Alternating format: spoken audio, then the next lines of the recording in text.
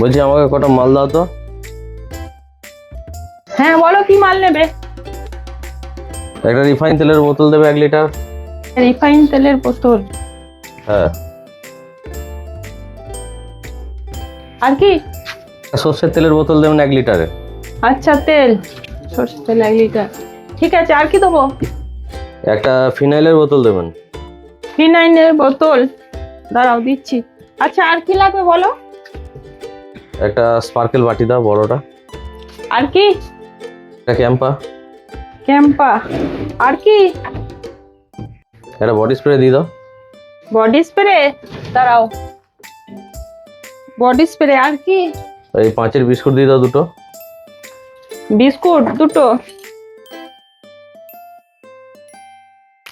আর কি? আর কিছু লাগবে না, একটু স্লিপ করে দিন আমাকে। স্লিপ টিলিপ করতে হবে না, আপনি দামটা দিয়ে যান। আরে দামটা দেবো কি করে, হিসাব করে বলতে হবে তো, তবে তো দামটা দেবো। কত হচ্ছে বলুন। আপনি নিয়ে যান, যা মন হয় আপনি দিয়ে দিন। নিয়ে যান, সব নিয়ে যান।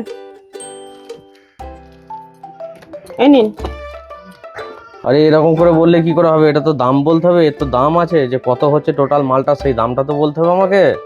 আসল কারণটা কি হচ্ছে জানেন? কালকে না আমি আমার স্বামীকে একটা আইফোন কিনে দিতে বলেছি, আমাকে কিনে দেয়নি। আমি বাড়ি সামলাই, বাড়ির কাজকর্ম করি, ছেলে সামলাই, রান্না করি, আবার এই দোকানটাকেও সামলাতে হবে। যদি এত কিছু সামলে যদি একটা জিনিস ঝোঁক করে যদি জিনিসটা না পায়, তাহলে আর কি করব? যা পারবো সব লসে বিক্রি করে দেবো, বুঝুক। ও আচ্ছা আচ্ছা, এরকম ব্যাপার।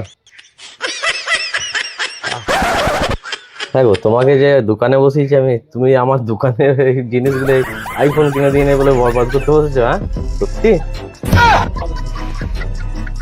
আরে তুমি? হ্যাঁ আমি।